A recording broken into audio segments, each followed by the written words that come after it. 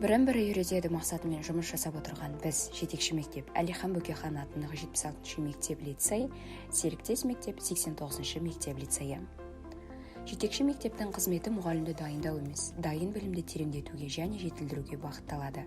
Яғни мамандардың бір орында қалып қоймай, кәсіби дамуына ықпал ететін мектеп деуге болады.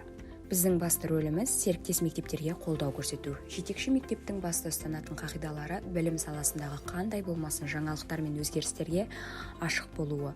Сол бағытта белсенді шараларды жоспарлау, үнемі кәсіби даму. Осы шарт негізінде 2020 жылдан жұмыс атқарып келеміз. Нәтижеміз биылғы оқу жылындағы серіктес 66-шы мектеп лицей мен 77-ші мектеп гимназияның биылғы оқу жылында жетекші мектептер қатарына қосылуы. Жоспарың болмаса белгілі деректер шытырманда адасу оп-оңай. Олай болса бұл жетістіктер жүйелі даму моделінің тиімділігін айғақтайды. Ұйымдастыру әдістемелік шаралар, оқу әдістемелік шаралар, зерттеушілік шаралар, диагностикалы талдама жасау шаралары, ақпараттандыру, таратушылық шаралар бағыттарындағы жоспарлы әрекеттер кәсіби қоғамдастықтың даму, өзгеріс, ынтымақ теориясының кепілі.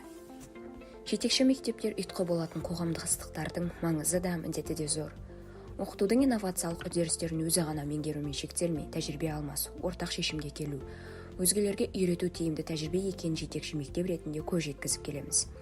Өз тәжірибеміздегі мектепшілік lesson study зерттеуі, педагогикалық шеберхана, консалтинг жобалары, қалалық STEM, эмоционалды интеллект, латын әліпбиіне өту, FabLab жобалары және халықаралық ШЕ, EAJ, Global Scholars жобаларын серіктес мектеп ұжымдарымен де теориялық, практикалық деңгейде іс тәжірибе алмасудамыз.